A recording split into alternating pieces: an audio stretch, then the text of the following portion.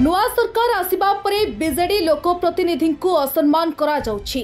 विभिन्न उन्नयनमूलक कार्य बीजेडी प्रतिनिधि को अवहेला पूर्वक सेमानंक नाम को फलकरे सामिल करा जाउ नाही।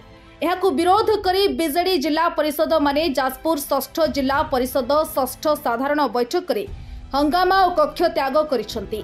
तेबे बर्चणा विधायक एहार उत्तर रे विगत 24 वर्ष मध्य केबे भी पूर्वतन सरकार विरोधी दल लोकप्रतिनिधि को उन्नयन कार्य सामिल कराई नाही कि सम्मान मिले नाही, जहाँकि विगत वर्ष गुड़िकर निमंत्रण तालिका जिलापाल को प्रदान करने को अनुरोध करिसंती। तेबे विधायकों कथा को ग्रहण नकरी जिला परिषद अध्यक्ष उपाध्यक्ष और जिला परिषद सभ्य माने सभागृह रे हो हल्ला एवं हंगामा करथिले।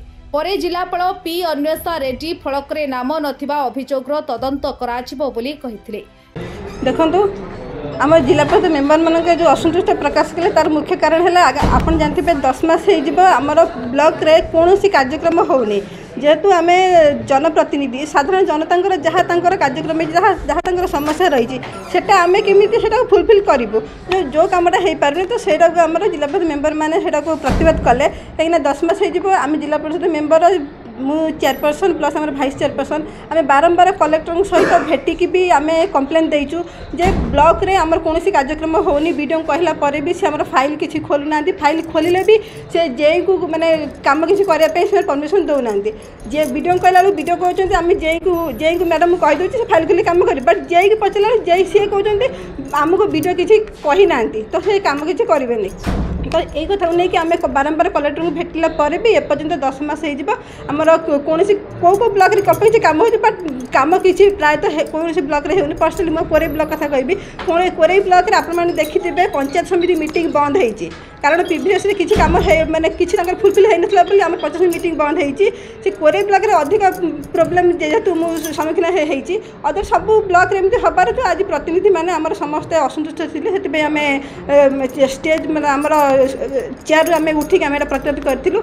आपण मैंने देखिथे प्रत्येक पीएससी रे जिला परिषद मेम्बर है चेयरमैन, तो आमर आरकेएस मीटिंग हो जास मीटिंग हो सब माने सेटार मेडिकल जे ऑफिसर अच्छा डॉक्टर अच्छा सी आमको पचारती डेट करके आम मीटिंग करो। बट एबे किछि दिन हो आम दानगदी सुकिंदर जिला परिषद मेम्बर अच्छा कंप्लेन अच्छी जे जास आरकेएस मीटिंग हो किसी जानी पारना पछे से शुणुंट तो यहाँ कौन ठीक कथा। एवं आम पीएससी रे जो न्यू बिल्डिंग हो 97 लाख कोटी 5 लाख एमती जो हो प्रत्येक पीएससी अलग अलग दिखाई। बट एबे रिसेंटली 17 तारीख दिन 4टा बेले मुझे शुणा पाइली जे कोरे ब्लॉक मसूदपुर पीएससी रे आम जो 97 लाख नूतन शिलान्यास जो है 18 तारीख हम मुझे मानते 17 तारीख 4टा मुझे शुणिली।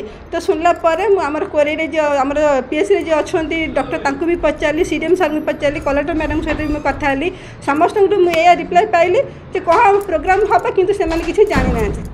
तो सहीटा मुझे कलेक्टर मैडम की भी मुझे कहली, कलेक्टर मैडम कहले मैडम मुझे क्लारीफाई करके आपको जनाऊँगी। मुझे मैडम सहित कल कर मैडम रिसीव करना सीडीएम भी कहले सी किसी जानी ना जेहेतु आपण मैंने किसी जानी ना तो जानी किए यदि आप जाने तो जानते किए। तो सहीटा मोर मुझे जोटा फलक रखिले मो गाँ पाखे से सरपंच ना अच्छी सीडीएम ना अच्छी किंतु से मो ना से ना। तो ये जो घटना को मुझे दृढ़ निंदा करुँची आशा रखुच्छी कलेक्टर यार ये भूल कर निश्चित भाव में आगामी पीढ़ी से संशोधन करेंगे। देखो प्रशासन जिला प्रतिनिधि मध्य गैप सेमती तो कहले किसी रोने, बट कौट ना कौटी टिके माने परस्पर भितर टिके बुझामणाटा टिके ये रोचे तो से प्रोब्लेमटा होची। आज 6ठ जिला परिषद बैठक रे आमे 6ठ जिला परिषद बैठक रे आमे आज सर्वप्रथम आज जो उद्वेग प्रकाश कला आज सभागृह ये ठिकना भाव में जिला परिषद मेम्बर मैंने खाली मो कथा नुहे व्यक्तिगत 39 जिला परिषद जो जिले में अच्छा 39 गोटे जिला परिषद से जिला प्रशासन होती कलेक्टर हूँ कि तलस्तर बीडीओ हूँ कि जो मैंने एक्जिक्यूटिव अच्छा से कई जिला परिषद मान को सम्मान दौना।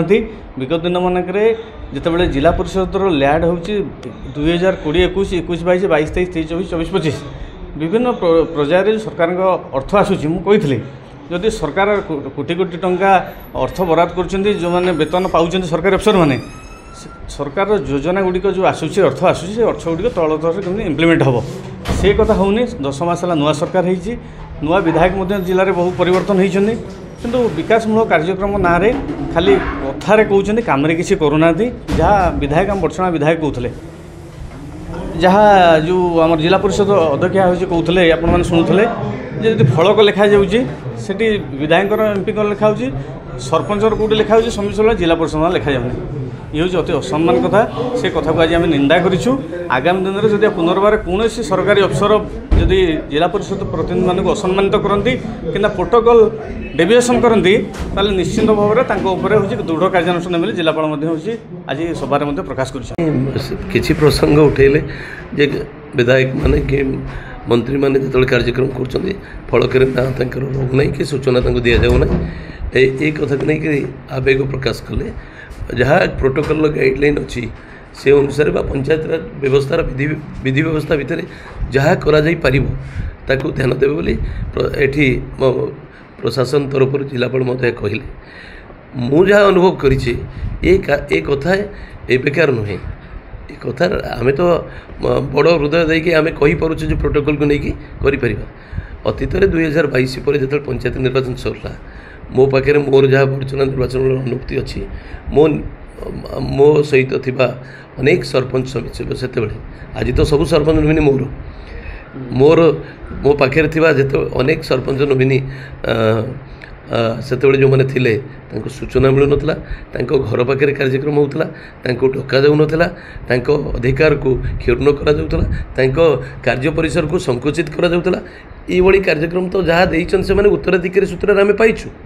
ସେଇଆକୁ ଆଉ ଟିକେ ଏକ୍ସପେଡାଇଟ୍ କରିଦେଲେ ମନ କଷ୍ଟ ହେଉଛି। ଏ କଥା ନେଇ କ'ଣ କରିବା। ଯାଜପୁରରୁ ବିଦ୍ୟାଧର ବେହେରାଙ୍କ ରିପୋର୍ଟ, ସାଧନା ଲାଇଭ୍।